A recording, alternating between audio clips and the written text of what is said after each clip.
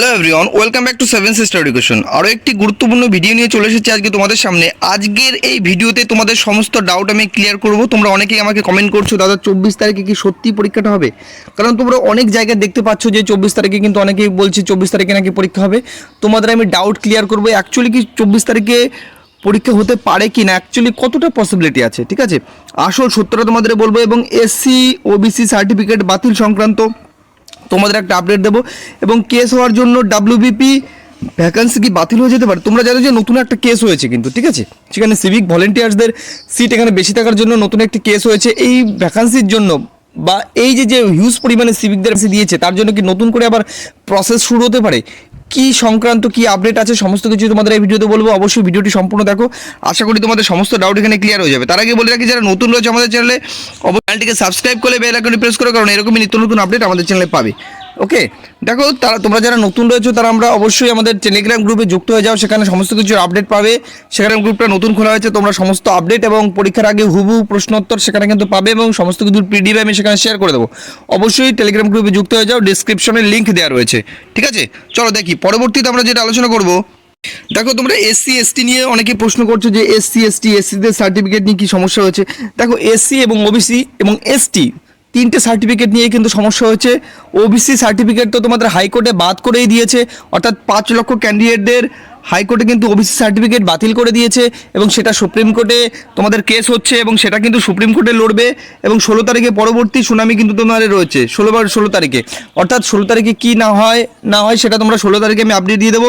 এবং এসসি এসটিদের যারা রয়েছে তাদেরও কিন্তু একটা সমস্যা দেখা দিয়েছে, কারণ সেখানে তোমাদের এসসি এবং এসটি ক্যান্ডিডেটদের যে জনজাতিগুলো সেগুলোকে পৃথক করতে বলা হয়েছে, অর্থাৎ কোন জাতিটা এগিয়ে রয়েছে কোন জাতিটা পিছিয়ে রয়েছে সেটাকে পৃথক করতে বলা হয়েছে। এমন হতে পারে যে জাতি বা কোনো এসসি কাস্ট তারা অনেকটা এগিয়ে গেছে, অর্থাৎ তাদের আর সুযোগ সুবিধা দরকার নেই, তাহলে তাদের যে এসসি সার্টিফিকেট সেটা কিন্তু বাতিল হতে পারে। সেম প্রসেস এসটির ক্ষেত্রেও কিন্তু হবে, ঠিক আছে? বুঝতে পেরেছো? এবার এটা সুপ্রিম কোর্টের আওতাধীন রয়েছে এবং এটা নিয়ে কিন্তু এখন আলোচনা চলছে, সেটা সুপ্রিম কোর্টের আওতাধীন রয়েছে এবং সেটা পরবর্তী আপডেট আসলে কিন্তু এটা ক্লিয়ার হয়ে যাবে, ঠিক আছে?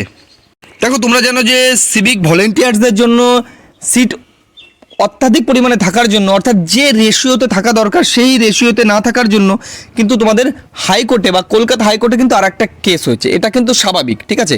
কারণ এই রকমের রিজার্ভেশন কোনো রুলস না মেনে এরকম কিন্তু কখনোই কাম্য নয়, ঠিক আছে? তোমরা দেখেছো যে জেনারেল ক্যান্ডিডেটদের এসসি এসটি ক্যান্ডিডেটদের থেকে সিভিক ভলেন্টিয়ার্সদের সিট বেশি, কিন্তু ওদের একটা রিজার্ভেশন থাকে সমস্ত রিক্রুটমেন্টে, কিন্তু সেখানে রিজার্ভেশন পলিসি আমার যতদূর মনে হয় সেখানে মানা হয়নি, সেই জন্য কিন্তু কেস হয়েছে।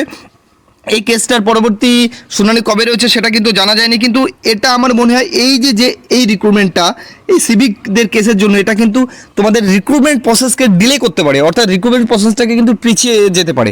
কারণ দেখো, তোমরা বলছো যে পরীক্ষা কবে, কিন্তু তোমরা কি চাইছো যে আসলে পরীক্ষাটা হোক? কারণ তোমরা চাইছো না তো। তুমি যদিও চাও তাহলে তোমার কেউ হয়তো বন্ধু বান্ধব কেউ না কেউ চাইছে না যে পরীক্ষাটা হোক, সেই জন্য তো একের পরে কেস করে দিচ্ছে। তোমরা চাইছো না যে রিক্রুটমেন্টটা প্রসেসটা সুস্থভাবে হোক, স্বাভাবিকভাবে হোক। যদি চাইতে তাহলে এত কেস কিন্তু হতো না।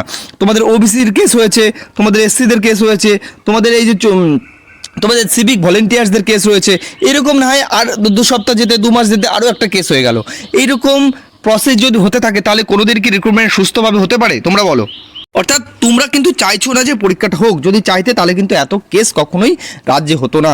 কারণ কিছু ক্যান্ডিডেটদের কেসের জন্য কিন্তু রিক্রুটমেন্ট প্রসেসটা ঢিলে হয়ে যাচ্ছে, রিক্রুটমেন্ট প্রসেসটা পিছিয়ে যাচ্ছে। তো তোমরা জানো 29 তারিখে পরীক্ষা হওয়ার কথা ছিল, সেখানে কেন হলো না পরীক্ষাটা? মেন কারণ কি? ওবিসি সমস্যা। 100% গ্যারান্টি আমি তোমাদের আপডেট দিয়েছিলাম সবার আগে যে 29 তারিখে পরীক্ষা হওয়ার একটা ডেট রয়েছে, কিন্তু 29 থেকে কেন হলো না? ওবিসি সমস্যা। এই যে তোমাদের অনেক ইউটিউব চ্যানেলে দেখছো যে 24 তারিখে, দেখো 24 তারিখে বলতে কি 24 যে নভেম্বরের লাস্ট উইক থেকে বা নভেম্বরে তুমি বলতে পারো 24 তারিখ থেকে ডিসেম্বরের 15 তারিখে পরীক্ষা হওয়ার একটা 99% পসিবিলিটি রয়েছে। কি বললাম? 99% পসিবিলিটি রয়েছে। এটা না যে 100%ই হবে, এটা না হতে পারে। কেন না হতে পারে? কারণ তোমরা দেখছো এই যে বিভিন্ন ধরনের কেস তোমার হাইকোর্টে উঠছে, সুপ্রিম কোর্টে উঠছে। যদি রিক্রুটমেন্ট প্রসেসে এত ভুল ভ্রান্তি থাকে তাহলে একটা পরীক্ষাটা কি করে নিতে পারে তোমরা আমাকে বলতে পারো? অর্থাৎ রিক্রুটমেন্ট প্রসেসটা ক্লিয়ার না করে কিন্তু কোনো পরীক্ষা নিতে পারে না। আর রিক্রুটমেন্ট প্রসেসটা ক্লিয়ার করে যদি তোমাদের পরীক্ষা নেয়, তাহলে তোমরা যদি চাকরিও পেয়ে যাও, তাহলে কিন্তু তোমাদের চাকরি ক্যান্সেল হয়ে যেতে পারে। অর্থাৎ রিক্রুটমেন্ট প্রসেসটা সুস্থ হবে, স্বাভাবিক হবে, তারপরে কিন্তু তোমাদের পরীক্ষা হবে। আমি তোমাদের বলে দিচ্ছি যে হতে পারে 99% পসিবিলিটি রয়েছে, কারণ এরকমও তো অনেক সময় হয় যে WBPRB বলতে পারো, যে কোনো রিক্রুটমেন্ট প্রসেস যদি হয় সেখানে ডেট কিন্তু ক্লিয়ার করে দেয়, কিন্তু পরবর্তীকালে কোনো কারণের জন্য সেটা কিন্তু ডেটটা পিছিয়ে দেয়।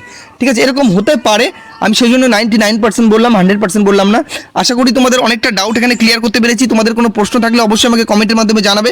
তোমাদের সমস্ত ডাউট আমি ক্লিয়ার করবো এবং তোমাদের প্রত্যেকটা প্রশ্নের আমি উত্তর দেবো। এতক্ষণ সঙ্গে থাকার জন্য তোমাদের অনেক অনেক ধন্যবাদ। নিজের খেয়াল রাখবে, পরিবারের খেয়াল রাখবে এবং নিত্য নতুন আপডেট পেতে অবশ্যই আমাদের চ্যানেলটিকে সাবস্ক্রাইব করে বেল আইকনটি প্রেস করবে। ধন্যবাদ এতক্ষণ পাশে থাকার জন্য।